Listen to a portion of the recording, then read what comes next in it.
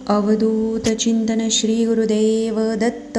श्री स्वामी समर्थ. जय जय स्वामी समर्थ. सर्व स्वामी भक्तांना आजचा दिवस खूप महत्त्वाचा आहे मैत्रिणींनो, कारण आज आहे पौर्णिमा आणि ती आहे अधिक महिन्यातील पौर्णिमा. आता अधिक पौर्णिमेच्या या पवित्र दिवशी संध्याकाळी दिव्याने अशी कोणती सेवा करायची जेणेकरून माता लक्ष्मीची अखंड वास आपल्या घरामध्ये राहील, कधीही पैशांची चणचण भासणार नाही आणि अडकलेले प्रत्येक काम पूर्ण होईल.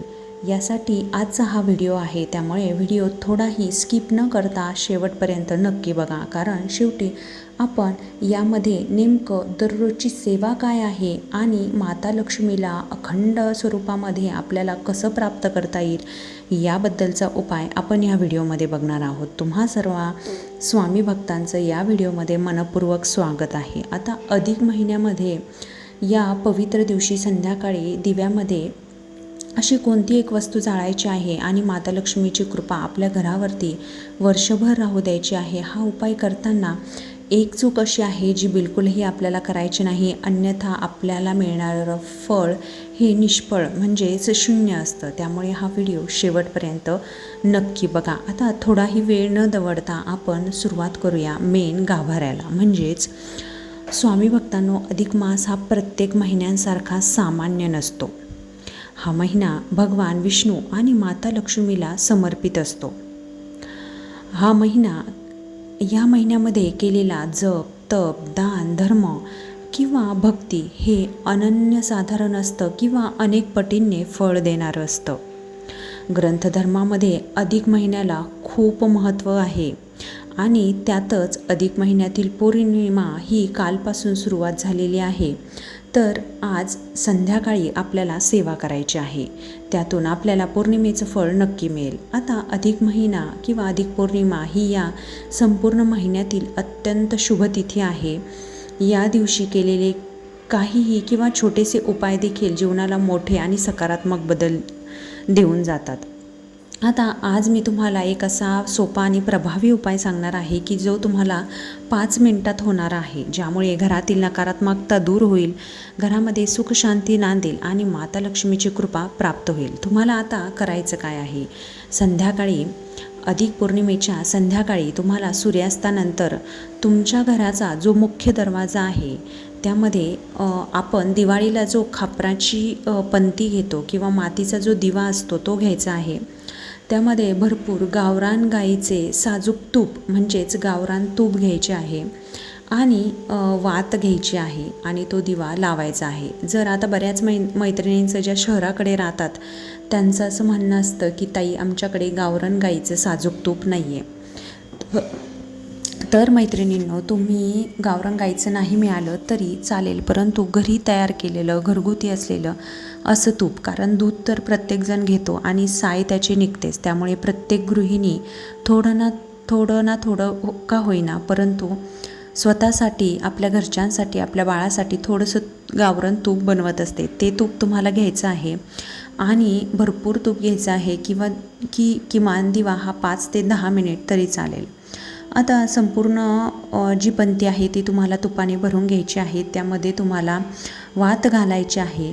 आता वातीमध्ये त्या दिव्यामध्ये अशा कोणत्या वस्तू घालायच्या आहे की जेणेकरून तुम्हाला ही सेवा संपन्न होईल. म्हणजेच तुम्हाला त्यामध्ये 2 लवंगा, 1 वेलदोडे म्हणजेच विलायची आणि 1 छोटासा तुकडा हा दालचिनीचा. मी पुन्हा एकदा सांगते आहे स्वामी भक्तांनो, नीट ऐका. दिव्यामध्ये तुम्हाला तूप घ्यायचं आहे संपूर्ण भरून, त्यामध्ये 2 लवंगा, 1 वेलदोडे म्हणजेच विलायची आणि छोटासा तुकडा दालचिनीचा घ्यायचा आहे. आणि नंतरून हा दिवा तुम्हाला मुख्य दरवाजाच्या मधोमध म्हणजेच उंबऱ्यावरती लावायचा आहे आणि तो पेटवायचा आहे. तो पेटत असताना तुम्हाला तिथेच बसायचं आहे. तुम्हाला स्वतःची काळजी घ्यायची आहे. त्या दिव्याने काही नुकसान झालं नाही पाहिजे किंवा शेजारच्यांना देखील त्रास झाला नाही पाहिजे. तो दिवा लावून तुम्हाला तुमच्या कुलदैवतेचा नामस्मरण करायचं आहे, मंत्र उच्चार करायचे आहे. तुम्हाला जर ते कुलदेवतेचे नाम उच्चार माहिती नसेल तर तुम्हाला ओम ऐं ह्रीं क्लीं चामुंडाय विचे, ओम ऐं ह्रीं क्लीं चामुंडाय विचे, ओम ऐं ह्रीं क्लीं चामुंडाय विचे असा जप तुम्हाला दरवाजामध्ये बसून करायचा आहे. आता हा दिवा संपेपर्यंत तुम्हाला ते करायचं आहे. आता दिवा जेव्हा शांत होईल तेव्हा त्या दिव्यामध्ये लवंगाचे किंवा वेलदोड्याचे काही अंश शिल्लक राहतात आणि ते तुम्हाला तुमच्या तुळशीमध्ये टाकायचे आहे. मी पुन्हा एकदा सांगते, हा दिवा संपूर्ण शांत झाल्यावरती आणि थंड झाल्यावरतीच तुम्हाला ते जे राख म्हणू शकतो किंवा उरलेलं जे काही विलायचीचं किंवा लवंगांचं उरलेली राख आहे ती तुम्हाला तुळशीमध्ये टाकायची आहे थंड झाल्यावरती. आता तुम्हाला ही सेवा संपूर्ण करताना तुमच्या कुलदेवतेचा नक्कीच नामस्मरण करायचं आहे, जेणेकरून तुम्हाला तुमची घरातील जी काही नकारात्मक ऊर्जा आहे ती बाहेर जाऊन तुमच्या घरामध्ये सकारात्मक ऊर्जा येईल आणि तुम्ही नक्कीच मैत्रिणींनो फरक तुम्हाला त्या क्षणाला जाणवेल की किती प्रसन्न वाटतं आणि माता लक्ष्मीचा अखंड वास कसा घरामध्ये राहतो आणि कशी अडकलेली कामे पूर्ण होतात याचा अनुभव तुम्ही स्वतः घ्याल. आता बऱ्याच मैत्रिणी अशा असतात की ही जी सेवा असते ती दररोज करतात. म्हणजे कापूर घेऊन तुम्हाला एका वाटीमध्ये कापूर घ्यायचा आहे आणि त्या कापरामध्ये 2 लवंगा घालायच्या आहे आणि तो कापूर तुम्हाला दररोजचा तुमचा जो दिवा असतो देवघरातील त्याने तो प्रज्वलित करायचा आहे आणि संपूर्ण घरामध्ये त्याची धुनी देऊन या मंत्राचा जप करून तुम्हाला ही सेवा संपूर्ण करायची आहे, जेणेकरून तुमच्या घरामध्ये वातावरण अत्यंत प्रसन्न, फलदायी आणि आरोग्यदायी राहील. हीच माझ्याकडून म्हणजे माझा स्वतःचा अनुभव मी तुम्हाला सांगत आहे स्वामी भक्तांनो. तुम्ही हा उपाय नक्की करा, कारण एकतर अधिक महिना सहसा येत नाही आणि अधिक महिना आला की त्यामध्ये जी पौर्णिमा आहे ही अत्यंत फलदायी आहे की जी तुम्हाला तुमचं जे काही पुण्य आहे ते अनेक पटींनी वाढवतं आणि माता लक्ष्मीची कृपा प्राप्त करून देतो. अधिक मास हा भगवान विष्णू आणि माता लक्ष्मीला अत्यंत प्रिय आहे, ज्यातून जेव्हा माता लक्ष्मीची सेवा घडली जाते तिथे माता लक्ष्मीचा वास हा सदैव राहतो.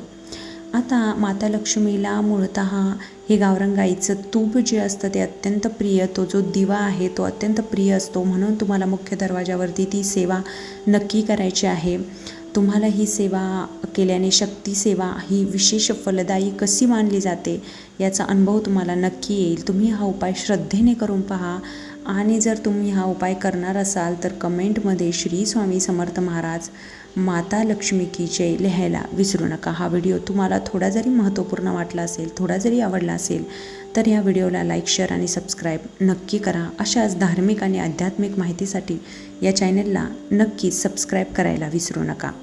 सेवा करा आणि सेवेकरी व्हा. तोपर्यंत श्री स्वामी समर्थ. जय जय स्वामी समर्थ. धन्यवाद.